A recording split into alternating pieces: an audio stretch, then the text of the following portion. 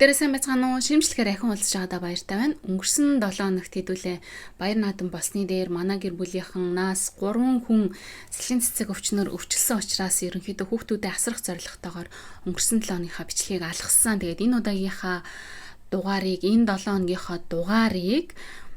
шин сэдвтэйгээр эхлүүлэе гэж бодож байна. Тэгээд энэ бол одоо та хэдийн маань дуртай йокай гэдэг сэдв байгаа.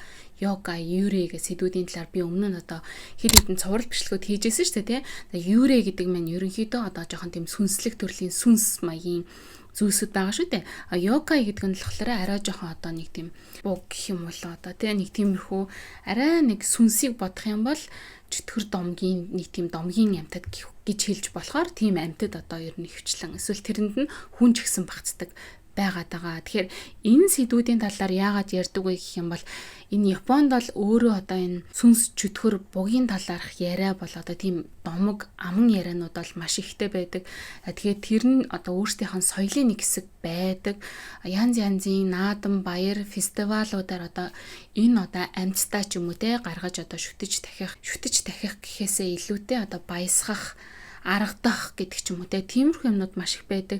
Янз янзын баяр фестивалуудаар одоо эдгээр амьтдынхаа ч юм уу баг магийг өмсдөг тиймэрхүү юмнууд байдаг. За мөн Японтой холбоотой одоо аним байдаг ч юм уу, illustration зургууд байдаг ч юм уу, постэр картууд байдаг ч юм уу те. Гэт бүр маш олон юмн дээр энэ йокаийн төрлийн юмнууд гардаг учраас хэрвээ та энийг харчаад ань чин ийм түүх томгтой юм чин гэж одоо соёлынхын талаас хэрвээ мэддэг байх юм бол тэрийг та одоо энд Японд аяллаар ч юм уу хурж ирээд худалдаж аваад тэрнийхээ түүх томгийг нь мэддэг байвал илүү гоё болов гэж би бодоод тэр өнцгөөс нь ярьдаг. Нөгөө талаар мэдээж энэ сэдвт бол одоо нас заахгүйгээр бүгдээрээ маш сонирхолтойгоор ханддаг учраас энэ удаагийн бичлэгийг эхлүүлэе гэж бодож байна. За тэгээд хамгийн эхнийх нь бол энэ байна. Энэ дүр төрхийг бол та хэд өмнө нь харж исэн гэдэгт бүр үнэхээр итгэлтэй байна. Яг гэвэл энэ бол одоо Японы маш алдартай юм уран зураг байхгүй юу? Гашиодокуро гэдэг. Уран зураг гэхээс илүүтэй бар зураг юм л да. Бар зураг гэдгийг хэрвээ та хэдэд тайлбарлаж өгөх юм бол одоо мэдээж мэддэг хүмүүс нь мэдж байгаа бах. Тэгээ миний жоох мэдж байгаагаар бол одоо зураач нь зургийг нь зураад тэрийг нь сийлбэрч одоо юм том модон дээр сийлээд тэрэн дээр нь гээд будгаа те өнгөөр нь яг одоо зөв тэр юуг нь будаад одоо барлсан юмыг нь будаад тэгэнгუутаа том цаасан дээр яг тамга дарж байгаа юм шиг так гэд ингээд даардаг. Тэгээ энэ нь ямар учиртай вэ гэх юм бол одоо дээр үедээ энэ копи, принтер энтер гэж байдаггүй байх үед нэг зургийг те маш олон хуваар тараах, маш олноор нь зарах тийм тулд одоо бар анх үүсчихсэн гэж хэлдэг. Гэхдээ мэдээж бар зургийн өөрийнх нь эстетик гэж бас байгаа шүү дээ. Тэ одоо үнэхээр тэр нэг сэлбэрлээ тэгээд тэрийг ингээд дарж байгаа гэдэг чинь тусдаа өөрөө том эстетик явж байгаа. Тэгэхээр анхных нь үүсэл нь бол тэрнтэй холбоотой гэдэг юм билээ. Тэгэхээр энэ гашиодокуро бол яг анх бол яг юм бар зураггаар одоо олонд тараагдчихсэн юм байна. За энэ гашиодокуро гэд энэ зурган дээр та хэд харж байгаачлан бүр маш том арга ясны одоо йокай байгаа эцтэй тий. Энэ зургийн баг 3/2 дээр нь энэ гашиодокуро гэд энэ том одоо арга ясыг гаргаж ирснээрээ өөрөө ингээд сүр хүчийг нь улам томруулж харагдуулж байгаа гэж хэлж болно. За тэгээд энэ гашиодокуро гэдэг нь өөрөө маш том байгаа нь ямар учиртай вэ гэх юм бол одоо домогт өгүүлснээр дайн дайчин те өлсөглөн мөн тахал өвчнөр нас барсан хүмүүсийн оршуулгадаагүй яснууд одоо хуримтлагдаад тэдний гомдол, хорсол нэгэн биед шингэснээр энэ арга яс бий болсон гэдэг тийм домогтой юм байна. За ингээд энэ гашиодокуро болохоор нэг ингээ босч ирэх юм бол 10 хэдэн метр хүртэл өндөр болдог. Шүн дөлөөр ганцаараа явж байгаа хүмүүсийг чимээгүүд дагаад тэгээ гинэт барьж аваад одоо амийг нь авдаг гэсэн тийм амжигтай домогтой. Тэгээд одоо зарим хүмүүстэй орой шөнөөр ингээд гудамжаар алхаад явж байхад тэ одоо та яаж жоохон төсөөлтөө тэ идогийн үеийн ч юм уу нэг юм гудамж байлаагчтэй те тэрэн дээр юм одоо юм сандаалтай хүмүүсийн ингээд товших чимээ байгаа шүү дээ так гэд ингээд алхаа явж байгаа ийм чимээн дээр нь хойно нь гач гэд дуурдаг гэж байгаа байхгүй. Тэгээ энэ гач гэж байгаа чимээ нь юу гэх юм бол юм яс хавиралдах чимээ гэж байгаа байхгүй. Одоо яс хавиралдах чимээ гэж одоо ямар чимээ ах вэ? Бид нар л одоо нэг жоохон мохон бахад өхөр мах чанж идэл за нэг яс масыг нь баг ингэж яаж үтсэн юм уу те тиймэрхүү одоо яс хавиралдах чимээл одоо тийм гач гэдэг чимээ гаргадаг байна шүү дээ. Тэгээ ийм чимээ сонсоод эргээд харахад ард нь энэ гашиодокуро явж идгаа гэд хэлж байгаа юм л да. Энэ зургийн номд болохоор их мастер Утагава Куниёшигийн алдартай Такеяши гүнж ба арга ясны сүнс хэмээх одоо ийм модон бар зураг байгаа юм байна. За энэ зургийн талаар та хэдэд илүү жоохон дэлгэрэнгүй тайлбарлаж өгье гэж бодож байна. Одоо энэ ерөн зургуудыг ингээд яг тайлбарлаад үг түүхийг нь сонсоод домгийг нь сонсоод ирэхээр илүү гоё ойлгомжтой болдог шүү дээ. Тэгэхээр энэ зурагтаа бол та хэд нэр үнэхээр Японд хүрч ирэх юм бол заавал тааралтан дээ. Тэр болгондоо ингээ харахтаа олондоо гэд миний ярьсныг сайн санаж агаарай. Манай эртний 939 онд бидний мэддэг одоо Японы Хэйаны үе гэж байгаа байхгүй юу? За энэ үед одоо Японы самурай нарын одоо дайн болж исэн гэж хэлж болно. Тэгээ самурай нарын удирдагч Тайра но Масагодо. За энэ хүн болохоор Канто дахь гэрээсээ баруун тишээ хөдлөөд Канто бүс гэдэг чинь одоо энэ Токио, Сайтама орчмыг хэлж байгаа шүү дээ. За тэгээд Кёто дахь Японы төв засгийн газрын эсрэг одоо армийг удирдан явсан гэж байгаа. Тэр одоо үед бол Кёто гэдэг чинь бол Японы нийслэл байсан үе шүү дээ тий. Канто ч юм бол одоо Канто дахь одоо Токио ч юм бол одоогийн нийслэл болчиход байгаа. За тэгээд засгийн газрын цэргүүдийн эсрэг энэ одоо самурайгийн айрам 59 өдрийн турш тулалдаж ялалт байгуулсан. Гэвч ялалт байгуулсны дараа энэ одоо самурай нарын удирдагч гэж байгаа Масагодогийн үеэл Тайра но Садамури гэдэг хүн өөрийн үеэл ахыг Кожимагийн тулалдаан гэдэг дээр бут цохиж хөнөөсөн юм байна. За энэ түүх энэ зурагтай ямар холбоотой вэ гэх юм бол одоо энэ зураг дээр гарч байгаа Такеяша гэдэг зургийн одоо зүүн болонд байгаа эмэгтэй бол даалуулсан Масакодо гэдэг удирдагчийнх нь охин байсан байгаамаа. Масакодог одоо алагдсны дараа бол Такаяши гүнж орох орон суух газаргүй болсон учраас одоо нэлээд тийм балгас болсон газар руу оргоноч зогтсон байгаа юм. Өмнө нь бол одоо агуу Сомагийн ордонд амьдардаг байсан. За энэ оргонож очисон одоо балгасанд нь тухайн үед дайн дажинд амиа алдсан цэргүүдийн сүнснүүд байдаг гэдэг тийм цуу яриатай. Тэгсэн ч гэсэндээ энэ бол одоо Такеяша гүнжийн одоо хамгийн аюулгүй байж болох газар нь байсан учраас одоо тэр бүх цуу яриаг үл тон тэр балгаст одоо амьдардаг болсон байна. Энэ балгаст амьдарснаас хойшоо харин энэ Такеяшаг шулан болсон. Энэ одоо муу ёрын сүнснүүдэд автсан, эзлэгдсэн гэдэг яриа гарч ирсэн. Тэгээ энэ цоо ярианд юу гэж өгүүлдэг вэ гэх юм бол Такеяши гүнжтэй уулын даянчтай уулзаад хар эд шидийг судалж өөрийнхөө аавын толгойг тасдаж Токио руу аваадсан авах ах Садаморигоос өшөө авах төлөвлөгөө боловсруулж байгаа гэдэг ийм яриа байсан. За тэгэхээр зургийн зүүн болонд байгаа энэ гүнж бол бидний мэдж байгаа энэ Такеяша гэдэг гүнж байна те. Харин яг голд нь байгаа хүн болохоор Ууя Таро Мицукуни гэж байгаа юм. Энэ дайчин бол Минамото но Ёринобугийн зоригт хамгаалагч Ууя Таро Мицукуни юм аа. Энэ хүн ямар зорилготой энд ирсэн бэ гэх юм бол Такеяша гүнжийг зөөлд усахаар ирсэн. Өөрөөр хэлэх юм бол өнөөх Масакодогийн үлдэгдэл гэж үзэж байгаа байхгүй. Тийм учраас энэ хүнийг одоо үгүйх хийснээр энэ гүнжийг үгүйх хийснээр одоо Масакодогийн удам бол тэр чигтээ устж үсгсэн бослохынхаа төлөө төлж байгаа гэж үзсэн байгаа юм. Гэтэ энэ хүнийг бол одоо яг жинхэнэ түүхэн дүр биш харин Мицукуни болон Идогийн үеийн алдартай туйлсын романуудаас гаралтай ер бусын аюул занал хийлийн өмнө гаргасан тууштай зургаараа алдартай Зохиомол Баатар гэж үздэг. За энэ Зохиомол Баатрын доор байгаа газар дээр дарагдж байгаа хүн бол Такеяши гүнжийн үнэн ч одоо туслах Араимару гэж байгаа. Араимару. За энэ хүн болохоор одоо энэ ирсэн Зохиомол Баатрыг те өөрсдийнхөө үйл хэрэгт нэгдээчээ. Тэгээ маш шударгах бусаар амиа алдсан одоо Баатрын өшөө авалтанд туслаач гэдэг санааг илэрхийлсэн боловч оролдлого нь бүтлгүүтэж одоо ингээ самурайгийн сэлмийн дор орцсон байгаагаар харагдаж байгаа юм аа. Харин одоо энэ Такеяша гүнжтэй нэг хуйлмал зүйлийг барьсан, хуйлмал бичгийг барьсан харагдаж байгаа. Энэ хуйлмал бичгээ нээгээд өөрийнхөө одоо нөгөө сурсан хар шидийн майн одоо мэгцмэ гэх юм үү те манай монголоор бол тэр уншлагаа ингээд уншснаар гасшадоггоро гарч ирсэн байгаагаар одоо энэ түүхэн домог нь бичигдсэн байт юм байна. Тэгэхээр энэ зургийн түүхэн бол одоо яг ийм боловч энэнийг зурсан зураач нь өөрөө ийм домог сонсоод тэгээ тэр домгоо ерөнхийдөө зураг болгосон гэж үздэг юм лээ. Тэгэхээр яг энэ зургийнхан домог гэхээс илүүтэй ерөнхийдөө хүмүүсийн донд одоо ам дамжин яригдж байсан ийм домог юм байна. Одоо тэ нэг ийм одоо хүчтэй самурай байсан. Тэр самурай одоо Тэ Кёто руу довтолж яваад тэгээд аймаа алдсан. Тэрний охиныг бол эзэн хааны зарилгаар одоо хөнөөх гэжсэн боловч охин нь одоо сүнс шүглсэн одоо балгасанд очоод тэнцэнэ ингээд шулан болсон. Тэгээд шулан болоод одоо энэ хар хүчийг эзэмшснээрээ буцаагаад хаан эзнээс нөгөө аавыг нь үгүй хийсэн одоо үеэлээсээ тэ өшөө авна гэж бодоод байж яхад нь нэгэн баатар ирж очиж одоо тэднийг дарж авсан тийм домог байдаг. Тэг яг энэ зурган дээр бол одоо хин нь бол дарагдсан харагдахгүй байгаа ч гэсэндээ энэ зөрөгтэй баатар ир бол ерөөсөө айсан шинжгүй ингээд нөгөө гашадаггүр болоо харж байгаа юмсаа тий. Тэгээд яг домгон дээрээ болохоор энэ баатар ир бол энэ гүнжийг ч гэсэн одоо дарж энэ гашадаггүрог ч гэсэндээ дарсан гэдэг тийм цуу алдартай баатар ир юм бэлээ. Энэ зургийг болохоор Утагава-сан за ер нь ямар зураг зурх вэ те одоо Yokai гэж байгаа шүү дээ. Японы энэ Yokai гэдэг чинь өөрөө зураачдын хувьд бол маш том сэдв байдаг. Тэгээ энэ зургийг ямар Yokai-ыг зурх вэ гэдэг бодолд автцсан явж байхдаа одоо энэ арга ясыг зурья гэдэг анхны санаагаа олсон гэдэг жаахгүй. Тухайн үед болохоор одоо энэ Японы үлгэр домгуудад бол ийм арга ясны Yokai гэж ер нь баг байгаагүй. Ер нь дүрслэгдсэн юмнууд маш ховор байдаг байсан.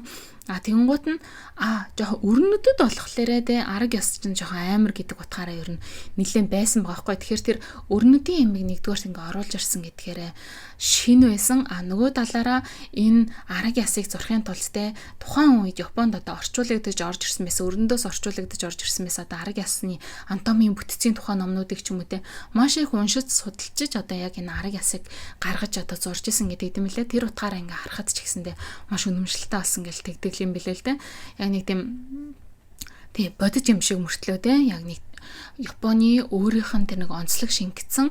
Тэгээ үндэснийх нь тэр нэг зургийнх нь онцлог хэв шинж нь багтцсан байгаагаар одоо шингэсэн байгаагаар зурснараа онцлогтой болсон гэж үздэг юм билээ. Тэгэхээр энэ уншсан номнуудад нь ямар ном байсан бэ гэх юм бол Куниёши Кайтай Шиншō буюу Анатомийн шин ном гэдэг энэ ном бүр маш ховор байсан гинэ.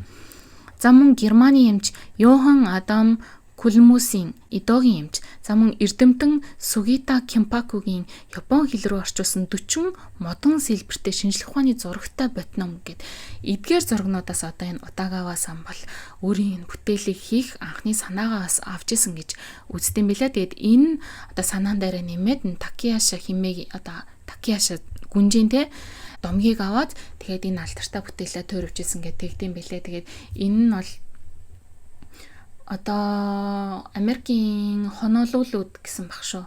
Их хувь нь хадгалагдчихийдэг гэдэг үлээ. Одоо их хувь гэдэг чинь хамгийн анхны их хувиа зараа. Тэгээд тэрийг нь одоо сэлбэрлэж байгаа шүү дээ модон баарн дээр. Тэгэхээр тэр их хувийг нь яг их хувь нь хадгалагддаг гэлөө одоо хоёр дахь хэвлэл нь хадгалагддаг ч гэлөө тэ.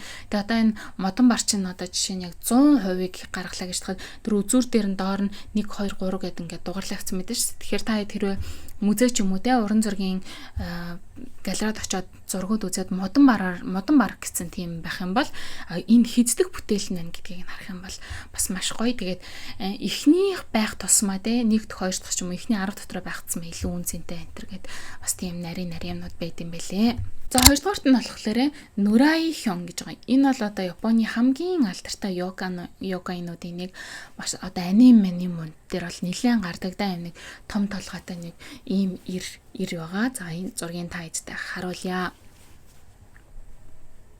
За энэ Нурай Хён нь болохоор Идогийн үеийн алдарт Газу Хякки Йоко гэж аим л да. 100 Yokai-гийн одоо зураг гэх юм illustration гэх юм уу те. Энэ одоо 100 дотор багтсан байдаг. Нэлээд алдартай. За нэрнийх нь утгыг тайлбарлах юм бол Окаяма мууж болон бусад нутгийн ардын аман зохиолд одоо энэ Yokai-г те Умибосу гэж байгаа байхгүй. Умибосу гэдэг чинь далаа мангас гэж байгаа.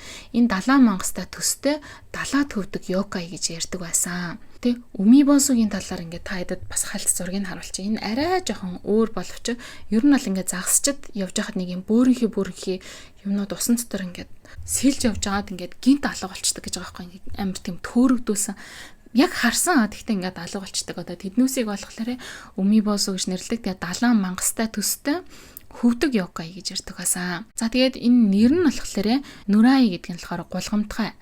Хён гэдэг нь болохоор пён буюу одоо дээшгээ пён гэж байгаа байхгүй. Тэгэхээр тийм нэг гулгамтгай гулсдаг. Тэгээд дээшиг ингэж хөвдөг гэсэн тийм хоёр үгний нэг тийм холбоос гэх юм уу да. Тэгээд нөгөөдөгөр одоо нэг тийм гулсдаг гулсаад пён гэдэг ингээд алга болдог байдал нь ч юм уу те яг энэ йокагийн өөрийнх нь тэр нэг те зан чанар тэр юмтай нэлээд холбоотой гэж үздэг. Яагаад гэх юм бол энэ Нурай Хёнгийнхан өөрийнх нь одоо домгууд нь бас яг иймэрхүү юмыг харуулж байгаа юм л да. За хамгийн ихнийхэн домог нь л болохоор Идогийн үед ерөнхийдөө энэ Нурай Хён гэдэг энэ йокаийг илүү одоо ярьж бичиж тэмдэглэж үлдээж эхэлсэн гэдэг тийм билээ л дээ. Эхнийх нь одоо Идогийн үед те айлууд гадуур явж байгаад гэртээ ингээд орж ирэнгүүт нь гэрт нь нэг танихгүй өвгөн орж ирээ суудсан байдаг гэж байгаа байхгүй. Тэнцээ юу өвгөн орж ирээ суудсан юм бэ? Бүр гал асаацсан те цайж ханцсан. Тамхи тутсан бүр нэг өөрийнхөө гэрт сууж байгаа юм шиг ингээд сууж идэг гэдэг байгаа байхгүй. Юу өвгөн бэ чинь бид нар ч одоо айл андуураад ороод ирсэн юу болчихоо гэд тэгээ ингээд хоорондоо ярилцаад ингээд гайхаа байж хат нь алга болчихдог гэж байгаа байхгүй. Тэгэхээр яг энэ түүхээр одоо яг ингээд нэг ерөнхий олон өөр түүх байдаг ч гэсэн яг энэ түүхээр нь бол ерөнхий ямиг наалгч бол энэ юу гэх юм бол энэ Нурари Хён гэж бас өөрөөр хэлдэг.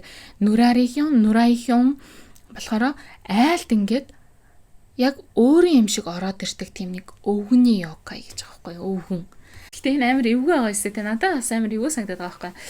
Юу нэг одоо нэг сүн сүдэрч юм шиг те. Тэгтээ ингээ харагдах байдлын хувьд болохоор те гаднаас нь харах юм бол том толгойтой урт тийм том толгойтой. Тэгээ ямар нэг тийм иж хэрэгэлдэггүй хүмүүсийн анхаарал бодлыг төөрөгдүүлдэг ийм гэж аахгүй Нурари Хён. За дээрэс нь одоо хуршүүдтэй хурш айлууд байлаа гэж хаад хуршүүд нэгнийхээ гэрт ингээд яваад оронгот нь хуршүүд нь эзгүй оронд нь ингээд нэг өвгөн сууж идэг гэж байгаа байхгүй. Яг сайхан тухалцсан гээ сайхан 50 хамагттай.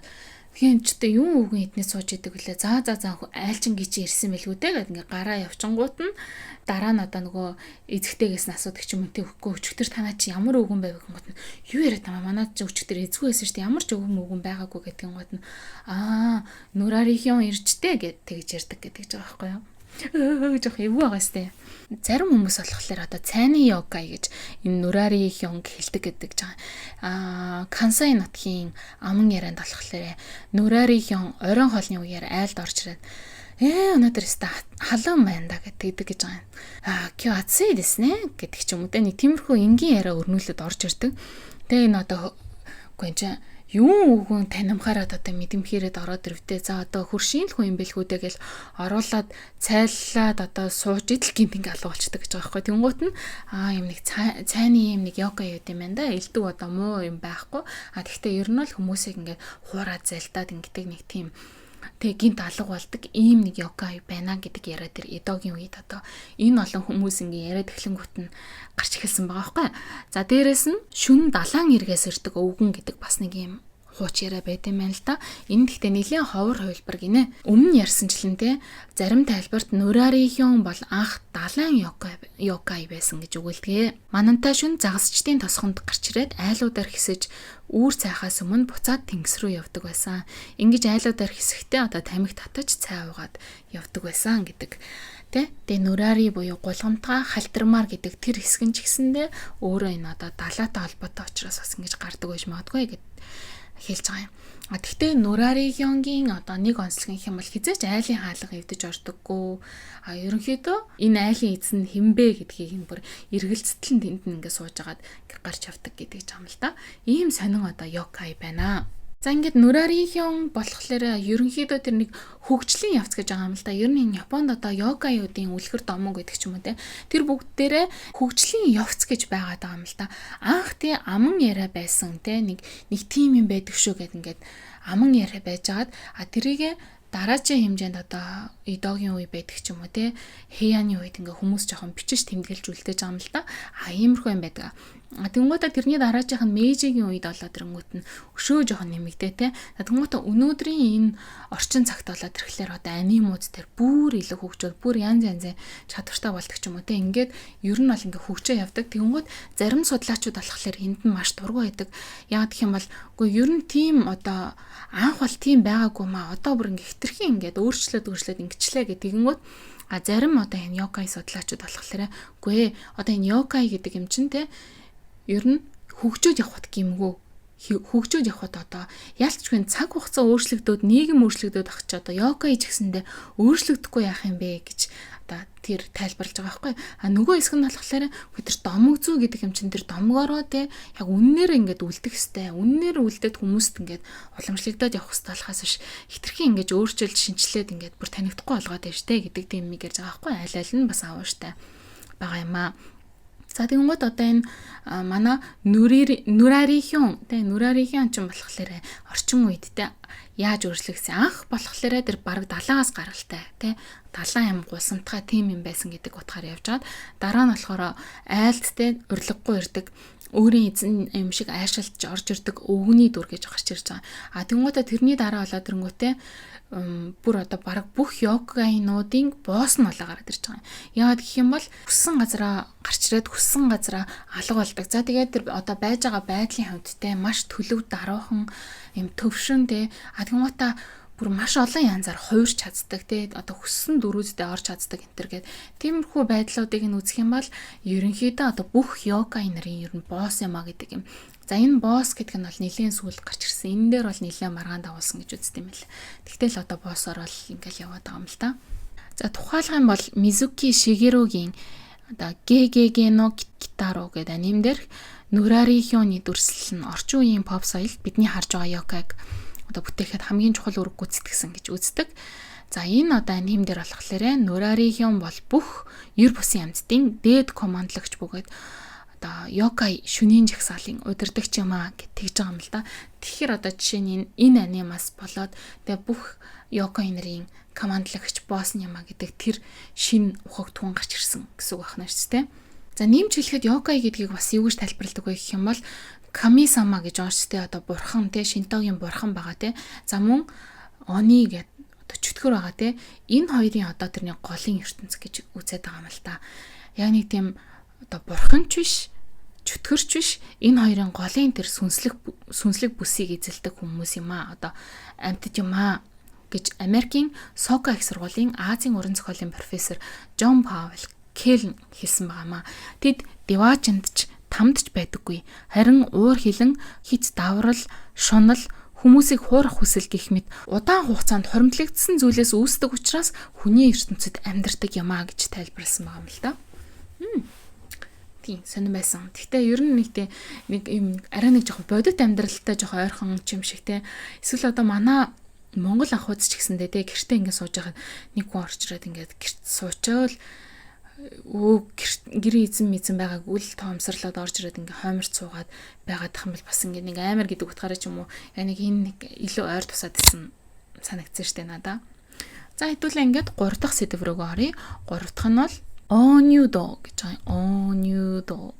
За онюдо болохоор Японы соёлд 2 гол утгатай. Нэг нь болохоор үлгэр домгийн авраг мангас буюу йокай. За нөгөө нь болохоор Миямужийн Йоккайчи хотын уламжлалт хөдөлгөөнд хүүхэлтэй юм аа гэдэг жаа юм. За тэгвэл тэр уламжлалт хөдөлгөөнд хүүхэлтэй гэдэг одоо энэ та хэдийн харж байгаа энэ зүйл нь өөрөө йокайтайгаа бас нэлээд холбогдож ирж байгаа юм л да. Яагаад гэх юм бол онюдог йокай те энэний дүр төрх нь буддын шашны лам хуургын төрхтэй байдгаа. Тэгээд маш том биетэй болж өсөж ирдэг гэдгээр онцлогтой байгаад байгаа. Хүний өмнө гинт гарч ирээд тэгээ бүр ингээ томорсоор хүзүүн эсвэл ингээл урт босоор ингээ хүнийг айлгадаг одоо сүнсийн зайлуулдаг л гэдэг утгатай юм уу да гэж би бодсон штэ. За тэгээд яг домог хаанаас гаралтай үүсэлтэй байх юм бол одоо Японы йогаийн бас амьтад гэж байгаа даа штэ. За үнэг байна. Тануки буюу одоо элбэнх гэдэг хэлүүдээ те тануки байна. Халиу гэд бас амтан байгаа те. Энэ одоо Японы ийм үлгэр домгийн тийм нэг тийм чөтгөрлөгч юм шиг те. Эсвэл нэг хамгаалагч юм шиг те. Тийм амьтд нь өөрөө энэ онюдороо хуурч өөрчлөгддөг гэж тэгж байгаа юм л да. За тэгээ онюдогийн талаар одоо хэд хэдэн бас номгууд идэм байлээ. Энэ номгуудыг би та эзтэй ярьж өгье гэж бодож байна. Хамгийн эхнийх нь болохоор Токушимагийн Татсумо онюдогийн үхлийн домог гэдэг чинь амарлаг байгаасаа. Гэхдээ яг нэг амар бол биш. Ер нь гэхдээ домгууд бол нэг амар биш байдаг шүү дээ. Сонирхолтой байдаг болохоос биш. Эдгээр үхэл мүхэл гэсэн байгаа ч гэсэндээ бас хитрхи хүн дээр битгий хүлээж аваарэ гэж одоо үзэгчдтэй хэлэх байна. За, Японы Шикоку арлын Токушима муж бол байгалийн үзэсгэлэнт газар боловч бас эртний аимшигт йокаинуудын нутаг гэгддэг. Үүний нэг жишээ нь Анан хотын Тацуми болонд амьдарч байсан Тацуми Оньюдогийн буюу аврах том ламын домог гэж байдгаа гэдэг жаа. Энэ Токушимагийн одоо Ананан гэд энэ хот чинь бол миний мэдж байгаагаар те манай Монголоос нөгөө нэг софтболын спортоор хүүхдүүд хурж ирж нэлээд тэмцээн оролдоонд ордог шүү дээ. Тэ одоо бейсбол шиг мөртлөө юм софтбол, бейсболын одоо дүү гэх юм да тийм спорт байгаа. Тэндээс одоо манай Монгол улсад ч гэсэндээ софтболыг үүсгэн байгуулахад нэлээд тентгийн удирдлагууд бол маш их дэмжиж Монголд энэ спортыг нутагшуулахад бүр маш их тусалдаг хүмүүс байдаг гэсэн шүү. За ингээ халуурчлаа буцаад одоо Ананан хот руугаа орцгоё. За, эртээ урдын цагт эзгүүрч орхигдсон сүм, хуучин бунхан бүхий Тацуми бол иргэдийн хувьд шүн төлөөр ойртохын аргагүй айц төрөлм газар байжээ. Тэр үед нар жаргаж бүрий тасрамгц уулын замаар ганцаараа явж байгаа хүмүүс нэгэн аврах том харанхуйс өдөр үзэгдэх болов. Энэ бол Тацуми Оньюдо байлаа. Тэрээр уламжлалт лам хуургын дүрээр гарч ирэх боловч хэмжээ нь энгийн хүнийхээс хэд дахин том бараг л аврах биетэй байжээ. Энэ йокаийн онцлог нь түүнтэй харц тулгарсан эсвэл зам дээр таарлсан хүн бүрт шууд хараал хүрдэг гэдэгтэй. Тэр хүнийг Оньюдо барьж идэхчгүй, занл хийлэгчгүй, зөвхөн одоо айлгаж айц төрүүлдэг байсан. Айсан хүмүүст одоо гарч ирдэг үр дүнгууд бүгд адилхан байлаа. Йокаийг харсан хүн одоо гэр бүл дээр ирээд удалгүй хүнд өвчин тусах, үхлийн аюултай өвчөнд нэрвэгдэх, эсвэл зарим тохиолдолд газар дээрээ зүрх нь хаагдаж шууд нас бардаг байжээ. Энэ нь зүгээр нэг айдас биш, харин бие махбодод хүчтэй өвчин үүсгдэг үхлийн хараал байсан юм а гэдэг чинь. Токушимагийн Анан хотын иргэд маш их айдас давцсан. Тэгээ хүмүүс түлээ цуглуулж, өв садаж, хөрш зэргэлдэх тосгон руугаа явахын тулд одоо Тацуми улаар дамжаад маш амархан ингэ явцдаг байсан бол одоо бүр явахаасаа бүрэн татгалзаатай ингэ тойрч нэлээд их хугацаа зарцуулж явдаг байсан гинэ. Ерөнхийдөө энэ уул бол баг үхлийн бүс болоод тийшээгээ хүн явах байсан эзэнгүү одоо орхигдсон бүс болсон. Тэгсэн ч гэсэндээ зоригтой одоо дайчид болон лам нар энийг зогсоохын тулд тэр уул руу уулын зам руу шөнө оройн цагаар хичнээн одоо хэд хэд удаа явсан ч гэсэн Оньюдогийн хараалыг давж одоо туулж чадаагүй адилхан одоо өөд болж исэн гэсэн тохиолдлууд маш их байд юм байлээ. За ингээд одоо бүр яах вэ гэдэг дээрээ тулцсан байж ахт нь одоо тосгоны амьдрал бүр зогсох дээрээ тулаа гадаад ертөнц рүү одоо ханддаг ганц юм ойр зам нь ингээд зогсохоор чинь тэр тосгоны амьдрал бас л бүрэн зогсоод ирж байгаа юм л да. Ингэж жагаад нутгийн ахмадууд эрдэмтэн мэргэд нэг шийдэл төрсөн. Энгийн одоо нэг тийм тулаан хийж сэлмээр байлдах биш, залбирал хийх биш, харин түүнийг дарахын тулд одоо түүнээс ч хүчтэй сүнслэг хүч хэрэгтэй гэж үзсэн.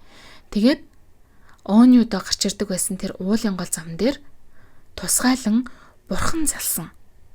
Бурхан дахиж түүндээ зориулж сахиус дүр бүтээсэн. Ингээд тэндээ одоо хүн болгон очиж тэгээ хамгаалах сахиус бүтээж бурханыг одоо жил болгон тахих болсон. Лам нар одоо жил болгон очиж тарин уншин, нутгийн иргэдэн жил болгон очиж сэтгэлээ нэгтгэн Оньюдогийн учруулсан бүх өвчин зовлон айдас төгшөөрийг одоо тэрхүү шин тагсан бурханд одоо шилжүүлэхийг гуйдаг болсон байна. За ингээд энэ хамгаалалтын бурхны одоо сахиусны хүч чадал нь маш их байсан учраас энэ Оньюдо бол одоо тэгж их гарч ирэхээ болсон гэж одоо нутгийн иргэд ярьдаг болсон байна. Ерөнхийдөө үзэгдэхээ байсан ч гэсэндээ хаяа гим хоргүйгээр одоо харанхуун дундаас ингээ халт хойлт ингээ здэг болсон гэж байгаа юм л да. За дараагийн домог болохоор Кёотогийн Кодайжи сүмийн домог гэж байгаа байхгүй. Урт хүзүүт мангасын үнэн төрх гэдэг домог гинэ. Эдогийн үе 17-аас 19-р зуун баг шүү дээ. Кёото хот Хигашияма дүүрэгт барилах одоо алдарт Кодайжи сүмийн орчимд шөнөөр явах хүмүүс цөөрч гисэн байна. Учир нь удаан хугацааны турш нэгэн аимшигт цууяраа ард иргэдийн донд тархсан юм. Шүн донд сүмийн ойролцоо харанхуй гудамжинд нэгэн үл таних лам зогсож байдаг гин. Тэр ламтай таарлсан хүн бүр амиа алддаг. Эсвэл үхлийн аюулт өвчин тусдаг байжээ. Энэ ламыг харсан хүмүүсийн мэдүүлгээр тэрээр эхлээд энгийн лам шиг эгэл жирийн хүний өндөртэй нам гүм зогсож байдаг аж. Гэвч зориг гарган түүнд дөхөж очисон хүн бүр асар том алдаа гаргадаг байна. Хүн ойртох тусам тэр ламын бие маш хурдтай өсч тэнгэр багандсан аврах том биетэй болж хувирдаг байжээ. Үүгээр зогсохгүй түүний хүзүүнч мөн адил могоо шиг үлэмж урцсан нүүр нь аимшигтай харцтай чөтгөрийн төрхтэй болон хувирдаг байна. Энэхүү гинтийн өөрчлөлт нь хүнийг газар дээр нь цочирдуулж ухаан алдуулах зарим хүмүүсийн зүрхийг зогсоход хүргэдэг байна.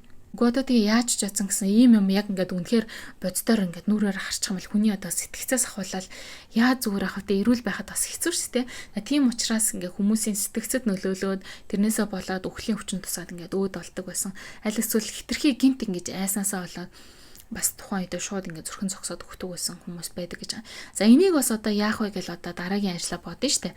Ингэж явж байгаад одоо тухайн үеийн зөрөгтэй самурай нар нэгдэж тонилгохоор болсон байгаа юм л да. За тэгэл очиод нөгөө оньюдогийн чинь яг алхахын тулд ингээд сэлмээр агаарыг зүсэлсэн тэгжсэн чинь ингээд газар дээр нэг тануки ихтэй гараад ирсэн гэж байгаа байхгүй. Тэгээ энэ домог нь ерөнхийдөө бол энэ оньюдаа бол одоо хувирсан тануки байсан гэдэг жаан. За танукигийн домгийг бол би өмнө бас бичлэгтээр хийжсэн шүү дээ. Тануки гэдэг энэ йокай ч өөрөө бас өөрийн гэсэн тустай одоо арга зайлтай, хүч чадалтай тийм одоо нэг талын хамгаалагч нөгөө талын одоо йокай байгаа шүү дээ тий. За ингээд авраг лам урт хүзүүт мангас бол үнэндээ хөгшин танукигийн хүмүүсийг айлгахын тулд бүтээсэн эд шид буюу одоо хэнжиц байсан юм а гэж үзэж байгаамаа.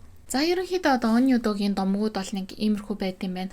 Оньюдогийн тэр миемужуд байж байгаа та хүүхэлтэйг ингээ хараад үзтээ. Ерөнхийдөө бол саяны хоёр домог дээр гарч байгаатай төстэй харагдаж байгаа юмсэ тий. Хэдийгээр ингээд нэг нь бол одоо зүгээр чөтгөр домогт гардаг йокай, нөгөөх нь болохоор ийм эдогийн үед бүтээгдсэн ийм хүүхэлтэй гэж хэлж байгаа боловч ялцчгүй л энэ домогтойгоо холбогдож ирж байгаа юм л да. За тэр одоо хөдөлгөөнд хүүхэлтэйгийн хандлаар ярих юм бол 1805 онд буюу одоо эдогийн үед бүтээгдсэн Японы хамгийн том механик каракури гэж байгаа юм. Хөдөлтөг хүүхэлтэй юм аа. Миемужийн бит бус соёлын өвд бүртгэгдсэн үндсэн өндөр нь 4.5 м боловч хүзүүгөө сонгоход нийтдээ 9 м өндөр болтгоо. За ингээд одоо энэ үндсэн өндөр нь одоо 4.5 м байна гэдэг чинь өөрөө энэ оньюдогийнхоо домогтой нийцэж байгаа байхгүй амар том гэж байгаа шүү дээ. Тэгэхээр ингээд хүзүүгөө бас сонгодог гэж байгаа. Тэгэхээр чинь сайн сүүлийн номог дээр бас хүзүүгөө сонгодог гэж гарч ирсэн шүү дээ. Тэгээ эн чинь 9 м болж байгаа. Тэгэхээр бүр амар байна.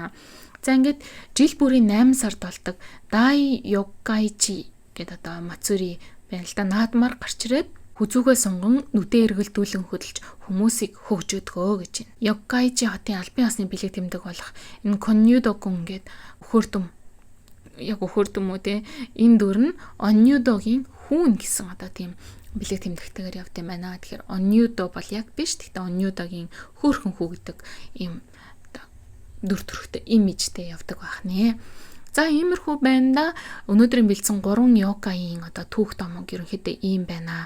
Одоо ингээд сүүлийн жоох ер нь анханасаа ч тэгдэг байсан л да. Ингээд одоо Японы йокаийн талаар ч юм уу те юрийн талаар ярихаар сайн бичигдэд хадгалагдаад үлдсэн байт юм. За одоо наад нэг сүнс сүдэрчдгөрөө юуг нь ярдیں۔ Юуг нь бичдیں۔ Юуг нь судалтын гэх биш ингээд тэгээ соёлын хэмжээнд энийг нь аваад айгуу сайн судлаад аваад үлдээсэн байт юм байна. Ийм одоо зурагтай номнууд хүртэл ингээд зөндөө байна. Эднээс өөрсдөө энийг ингэж одоо сонирхоод соёлын хэмжээнд авч явдаг учраас одоо гадаадд хүртэлтэй энэ одоо Японы йокай те энэ одоо сүнс чөтгөр бугийг юм ч юм уу те ингэж түүх домгийнх нь хэмжээнд хүртэл ингээд судлаад аваа явд юм байна гэж бодлоо л да. Манай Монголч гэсэн одоо бас дутхгүй шүү дээ. Өөрийн гэсэн одоо янз янзын буг чөтгөрүүд, янз янзын домог ярианууд зөндөө байдаг. Тэгээ эднүүсийгээ те соёлын хэмжээнд нь бас ингээд судлаад цааш нь гоё аваад яваад тэгээ өөрсдийнхөө ирээдүйд гарах одоо кино байдаг ч юм уу те янз янзын зохиол мохиолууд дээрээ гоё хөгжүүлээд дүрийн хөгжүүлэлт хийгээд ингээ гаргаад аваад явах юм бол уг нь бас л байж болох юм да гэж ингэж надад бодогдсон. Тэгээ хүүхдүүд ч гэсэндээ одоо янз янзын тийм сүнс чөтгөрүүдээс маш их айгаад байдаг бас юм байдаг. Угаасаа хүүхдүүдийн сэтгэхүй тийм байгаа шүү дээ. Дурлаад байдаг тэгс мөртлөө тэрнээс айгаад байдаг. Одоо манай хүү жишээлх юм бол нэг тиймэрхүү юм үзсэн байхгүй. Тэгэл үзэнгүүтээ оройн ээж надад тийм одоо нүд нь улаан тийм ингээд миний толгойц дээр бодогдоод ингэж аахгүй. Тэгээ чи өдөр юм тийм үзсэн үү? Яг би уусаа мэдэж юм чи үзсэн үү гэсэн үзсэн л гэж байгаа юм чи. Тэрнээс өмнө тийм ярдаггүйсэн. Тэгэл яг тэр өдөр авчиж нэг эзэхэнд хараад тийм яаж яага гаргаад ирсэн YouTube-ийн нүг нь ингээл амхандаа цэвэрлэл байдаг. Тэгээ хүүхдүүдийн одоо YouTube Kids дээр хүртэл гарч ирээд байгаа байхгүй тиймэрхүү юм чинь. Тэгээд за одоо хоёлаа тийм ерөөс үзэхгүй юм одоо жоохондоо үзэх юм бол тархи толгойн чинь хөгжилд маш муу байдгаа. Одоо чиний тархи чинь ингээд илүү юм бүтээлч юм дээр ингээд хөгжөөд маш хурдан ингээд хөгжиж байгаа те аав ээжгээч биш бүр аав ээжээсээ хурдан ингээд хөгжиж байгаа ийм үе дээрээ ийм муухай юмнууд ингээд оруулаад арай насандаа болоогүй юмнуудыг оруулж харчаа. Ерөөсөө тэр ихэнх юм чинь тийм муухай юмнууд ингээд эзэлчээд ингээд бусад юмнууд нь сайн хөгждөггүй маа тэгж ингээд тайлбарлаж өгч байгаа байхгүй юу? Өгч байгаа байхгүй юу? Тэнгууд энэ Японд болохоор энэ асуудлаа жоохон ямархуу байдлаар шийдсэн байдаг юм бол юм нэг сүнс мүнс гэдэг ч юм уу те энэ йога чөтгөр мөтгөр гэдэг юмнуудаа ингээд зүгээр номон дээр ингээд бүр маш их оруулсан байдаг. Одоо ингэ сүүлд би бас охинтойгоо авсан нэг ном байгаа байхгүй. Хэрхэн сүнстэй найз болох вэ гэдэг ном. Тэнгууд сүнсийг харахад ямар шүү харагддаг вэ? Яаж одоо сүнсийг таних вэ гэж байгаа байхгүй. Тэгсэн тийм одоо шинж тэмдэгтэй байдаг. Тэнгууд уулзвал яах вэ гэдэг гот нь хамгийн эхлээд одоо айд сандарч зогтгүйгээр мэдлэх хинтер гэдэг ч юм уу те ингээд нэг тийм тэнгууд зураг нь амар хөөрхөн. Тэгээ ингээд янгот чинь хүүхдүүд чинь нэг сэтгэл нь арай өөр болоод ирж байгаа байхгүй. Гэх мэтэр ингээд юу гэдэг улам цаашаага ингээд хөөж гэж болохгүй гэж хориглох биш. Тэрийг ингээд нэг арай өөр соёлын хэмжээнд ингээд гаргаж ирээд ингээд дэлгээ тавьчихж байгаа байхгүй юу. Тэр бас надад сонирхолтой санагддаг учраас бас энэ сэдвийг та эцтэйгээ хуваалцж байгаа юм шүү. Тэгээд дараагийн бас сонирхолтой те энэ соёл гэхээсээ бас дээрэс нэмээд урлагийн хэмжээнд хүртэл гаргаад ирж байгаа сте энэ йога энуудаа. Тэгээд иймэрхүү одоо сонирхолтой йога энууд гарч ирэх юм бол дараагийн дугаарууд дээр бас хуваалцах болно. Тэгээд хэдүүлээ энэ удаагийнхаа дугаарыг энэ түрээд өндөрлцгөөе. Дараагийн дугаар хүртэл баяр таа.